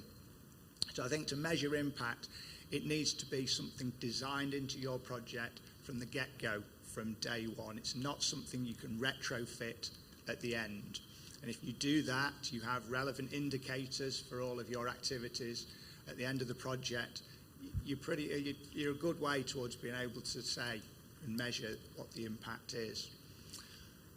Those indicators should be practical gauges as well. I think for practitioners to be able to engage with this, the indicators that you're measuring, the data that you're collecting needs to have a practical worth. They need to know why they're collecting it.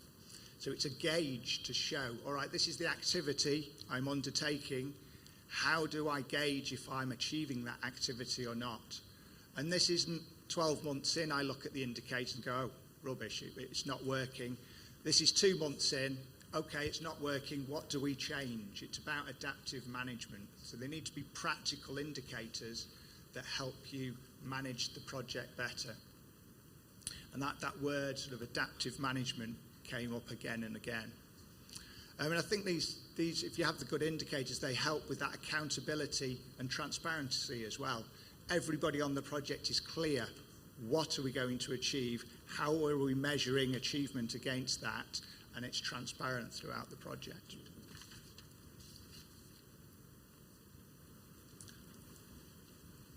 As I said, this term adaptive management came up again and again and again. When we design a project, we have a clear goal and we have some sort of plan of how to get there, but something that we discussed a lot is actually that plan needs to be flexible. That roadmap as how do you get to your goal may change as well, and you need to be open to that. I think quite often we sit down and we design funding proposals with quite a rigorous plan for 3 years. I don't know if you've done Darwin grants, they have a log frame, 3-year log frame. A few of the people I interviewed called them locked frames. It's you can't say, I'm going to do this for definite for the next 3 years. If you are, you've either been very lucky or you're doing something wrong. You learn and adapt. In year 1, you do your plan, you reflect on it, and you adapt. You change year 2 to make the project better, and there needs to be that learning process as well. And the practitioners that you work with need to be given that freedom. I think quite often we write the plans and we expect our colleagues in the field to follow them by the note. They're going to do X, Y, Z. Where actually, as long as they're moving towards the goal, they need that freedom to adapt as well. Things go wrong in the field. We're not in a static environment. The environment changes, so you do need that freedom to adapt. And then reviewing and reflection. We're collecting all this learning data. We need time to actually sit down and look at it and do that learning as well. And I think that's relevant at the project level, but also at a strategic level for zoos as well. You need to spend the time, once you've collected all this great impact data, to sit down as an organisation saying, all right, we've got a year of data, what projects have worked, what projects haven't, what new projects do we need, what more resource do we need to plough into which area, and there needs to be that reflective process.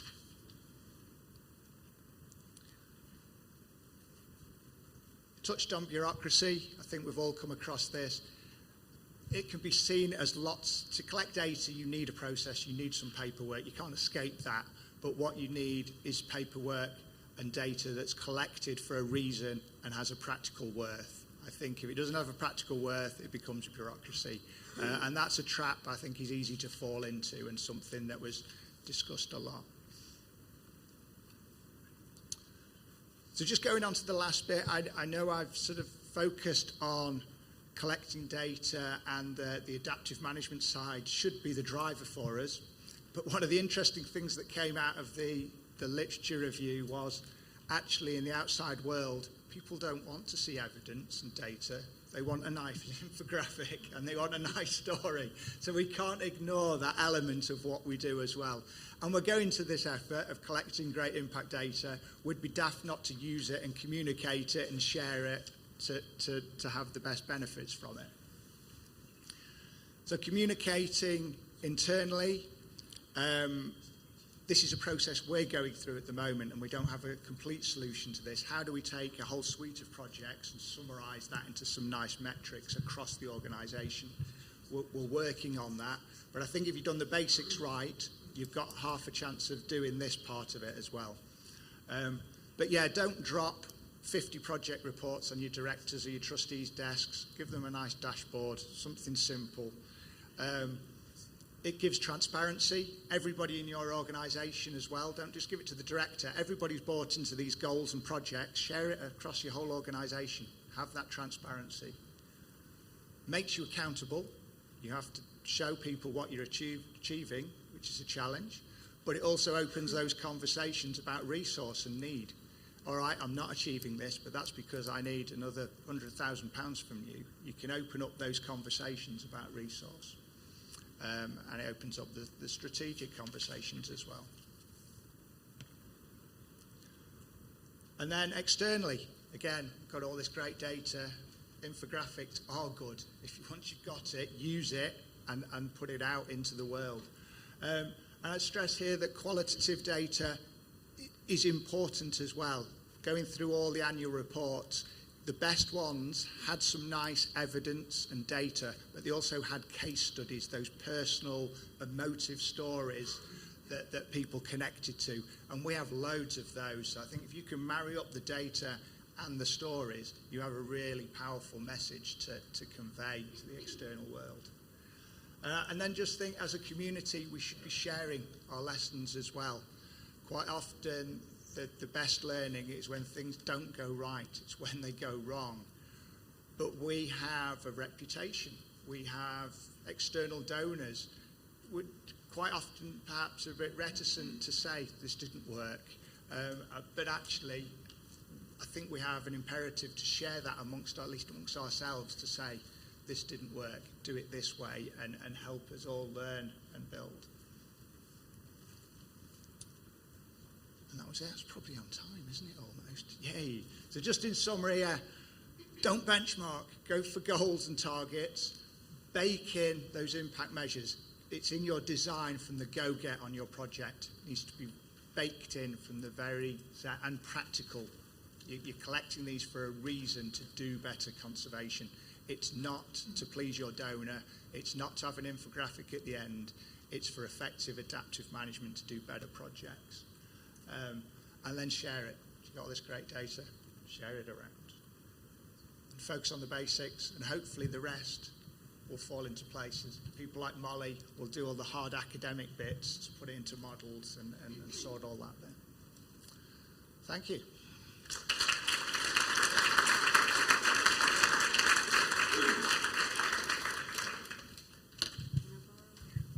Thank you very much, Scott. Before you leave, there is maybe 1 or 2 minutes for people to ask questions, and in the meantime, Simon's doing something, but ignore him. Any questions for Scott or comments? I saw you first. I will hand over back. Hello. I just wondered how you go from that benchmarking to more the targets and goals, when presumably you're kind of being compared against departments that do run on, we want 20% increase in coffee sales, or we want X, or we want Y. Is it a challenge internally to be measured differently, or was that process quite smooth? No, it wasn't smooth. No, I think it was driven by the leadership. So they wanted this. They wanted to recognise the need our mission is conservation, and they recognise that actually the goals can't just be visitor driven, that we need to have conservation goals as well. So I think they sit separately because there's very different mechanisms behind our commercial activities to our conservation ones. But the conversations were given equal weighting, and that was just led from the top down in different sort of discussion forums and the right working groups and planning. And it's not perfect. It never will be perfect. We're a big, complex organisation, and there's always fighting to break down silos and collaboration. But I think, by and large, this is helping bring things together. If you can get it in place and have everybody bought in to some common goals, it will help those sort of tensions that you do get within the organisations.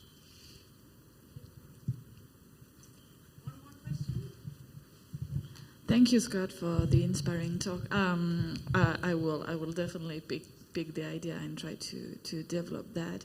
I was wondering, are you planning, or maybe did you do a document to synthesize all of this apart from your annual report, or is it part of your annual report now?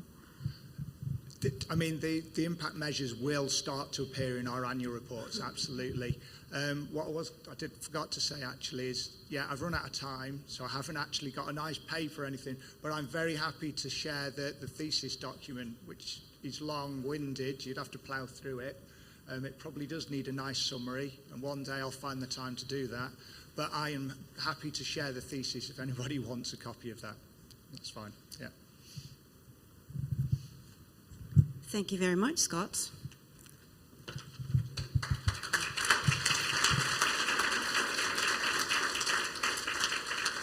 And now we're moving on to something that was not on the program, but we've managed to squeeze something in. Simon put on a presentation on his laptop by one of the participants, and Simon's going to introduce him, because I know little about it. Thank you, Merel.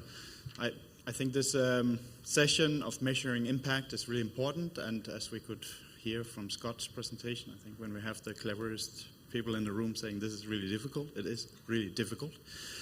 And but I think what we need, and what Scott showed, is structured reflection, and exactly that's what's happening with the learning circle.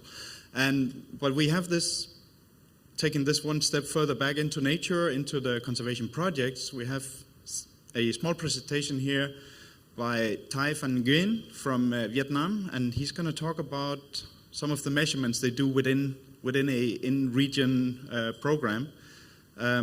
And Thai is from Saving Vietnam's Nature, and he's out of the program and going to talk about his projects.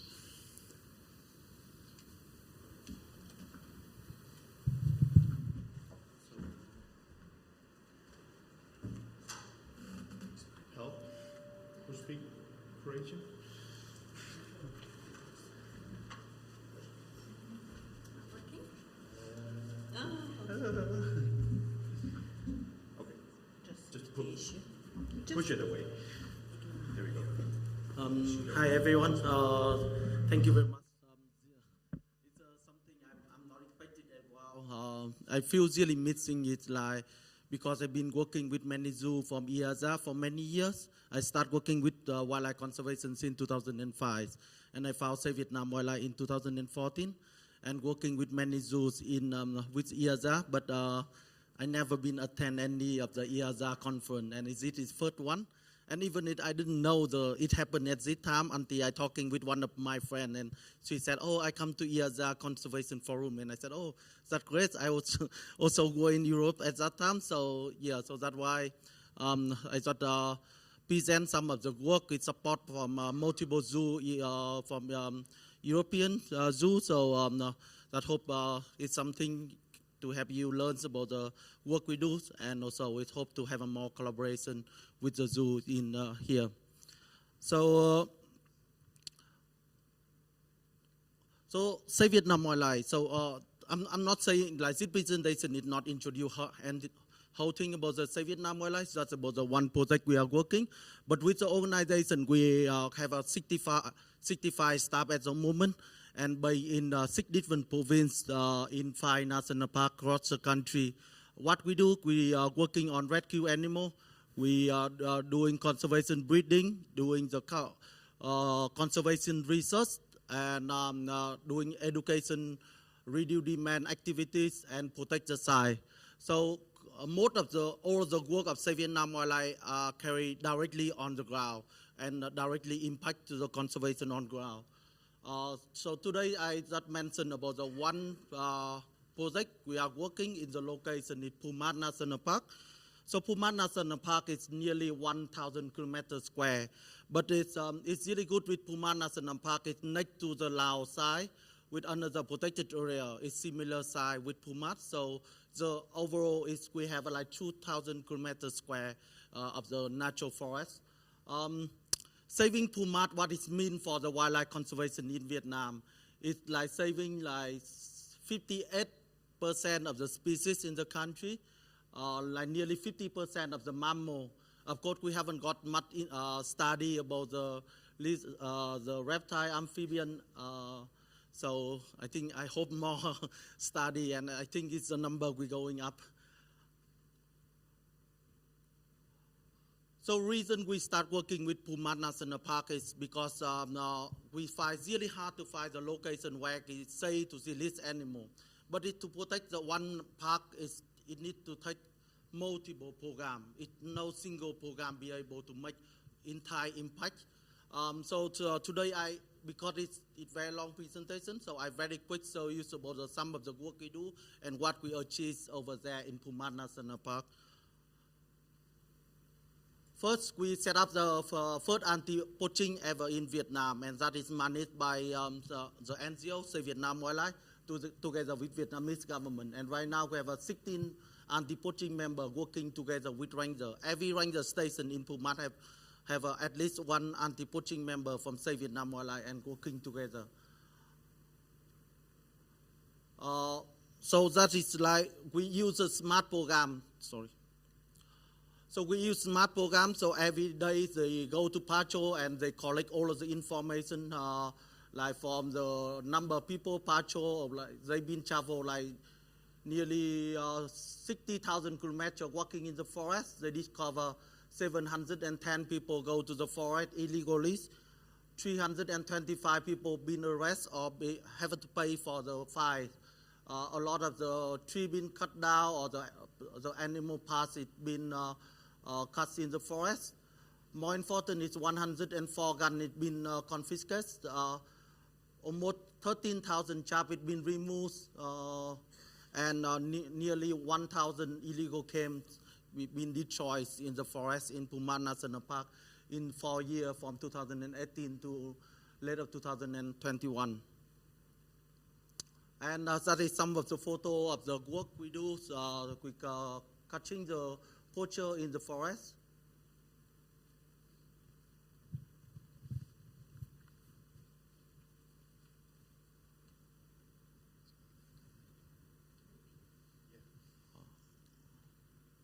Maybe it doesn't work. It's okay.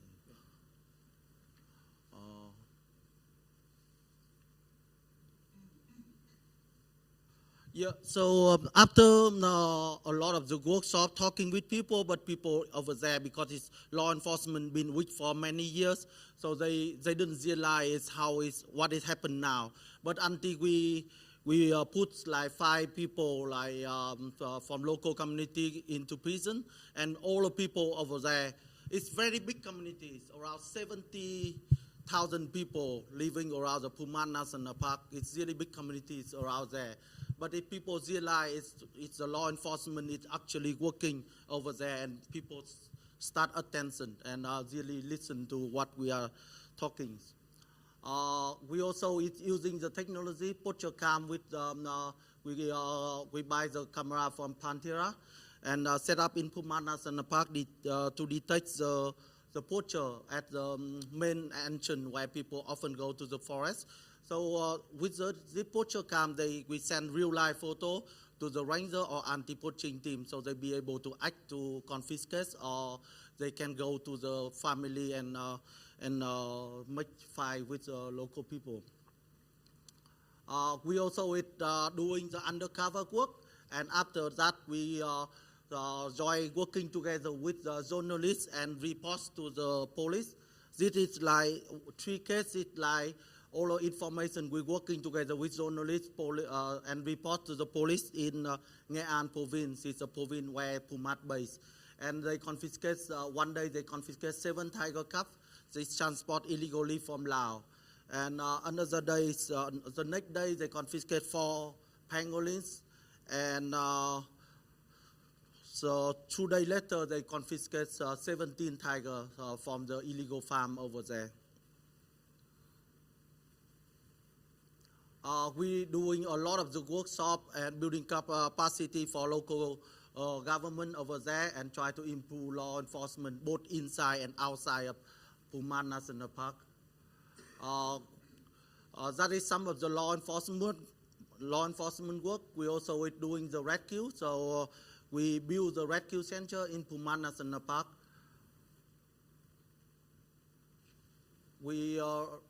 That is some photo of the animal we are rescued there. So you can see like we rescue around 40 different species of the animal in Pumat National Park. Both with Cúc Phương National Park, we rescue over 2,000 animals from illegal chase. Of course, a lot of them are pangolin. We rescue directly 1,671 pangolin from illegal chase.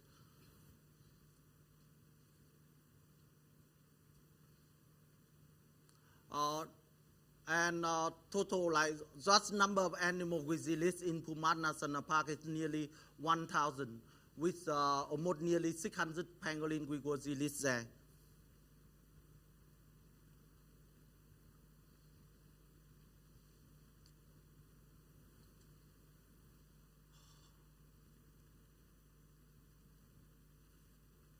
Sorry, it's a bit slow.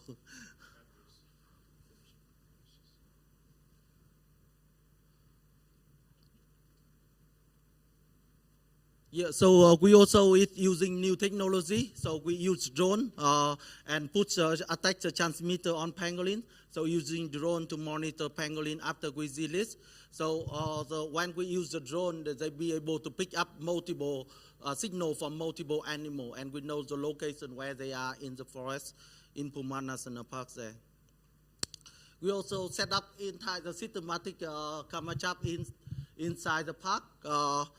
To understand about what the change of the population. First study to understand to get the baseline the existed population in Pumat National Park, and then repeat the same methods, same location, same time of the year to understand what's the change of the population over time. And that is one of the camera trap we're doing in the area like around 200 kilometers square. And that is great information is like we see that between 2018 to end of 2021, we see some increase of the population, both increased species richness and species of diversity in Pumat National Park. Of course, it's not suddenly have a new species coming because Pumat is right next to Laos, and when it's forest say, so more animal migrates to Pumat National Park there. That is number of photo. You can see like 5 photo of male bocas, 7 photo of bear, 13 photo of horseback there, 13 photo of elephant, a lot of photo of Austin civet, pangolins, and many other species, the endangered species there in Pumat. So you can see very diverse and great number of the threatened species there in Pumat National Park.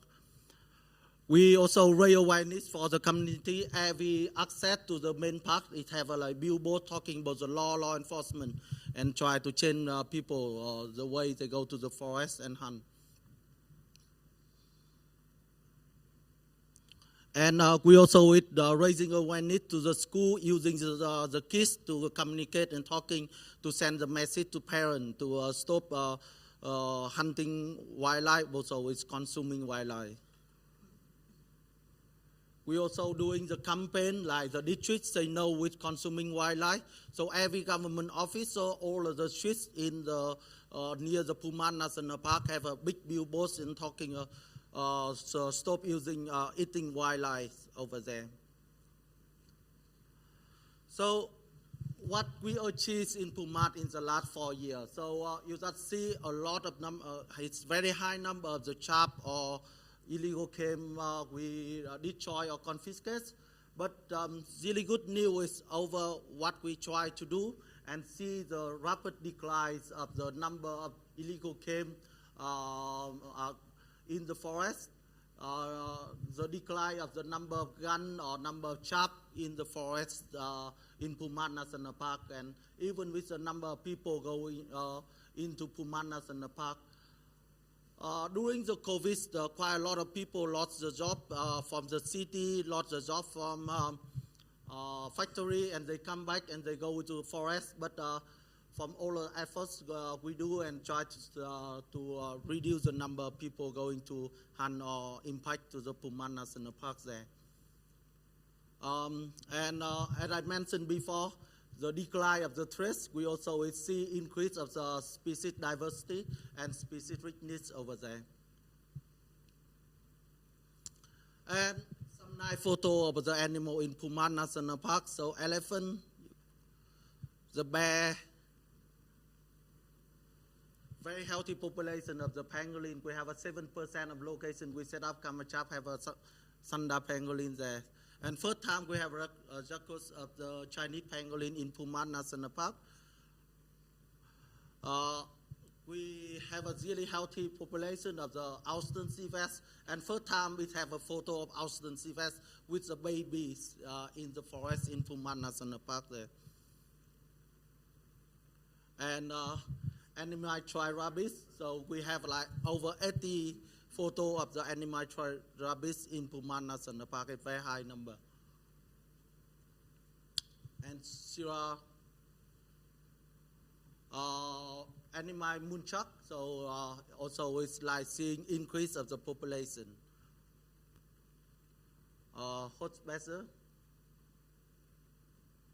And the first time we see the raccoon dog is distributed like further to the south, past of their home range, and that is confirmed from the Kamachap in Pumat National Park there. Yeah, of course, in many other species. And even with like rapid increased population of the white pig, the macaque, or the porcupine, so that is one of the concerns in the future. It may leading to overpopulation, because there are no other animal like predator they can control them. So after success with Pumat National Park, we now expanding our law enforcement work to like Cat Tien National Park in the South Vietnam, the green lowland forest, and we also working on the wetland in both U Minh Thượng and U Minh Hạ National Park.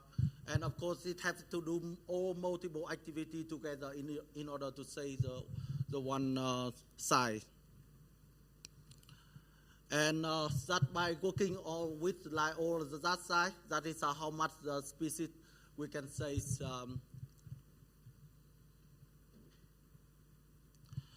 and thank you very much for the many organizations being support for Save Vietnam Wildlife, especially from Europe. We've been a long time working with WTZ from Germany. A long-time partner is since I set up Save Vietnam Wildlife, we've been working together. We also working with Wildlife Trust. It's like the Penton Zoo and Newquay Zoo in the UK. Tallinn Zoo support for the conservation action plan of the Austin sea bass. Rockloss Zoo or Burger Zoo, so it's many organizations. It's been support for the conservation of the Save Vietnam Wildlife. It's both for organization, but also it's for the work we're doing in Pumat National Park. And I come here, it's one of the main reason is we really want to collaborate with the zoo in Europe to set up the conservation breeding program for Austin sea bass and Chinese pangolin, and that is one of the key activity Save Vietnam Wildlife are going to do in the next for a few years. And we plan to build a totally new breeding facilities for the Austin sea bass and Chinese pangolin, and we really hope it to get like many of you joining together and support for the program. And thank you very much.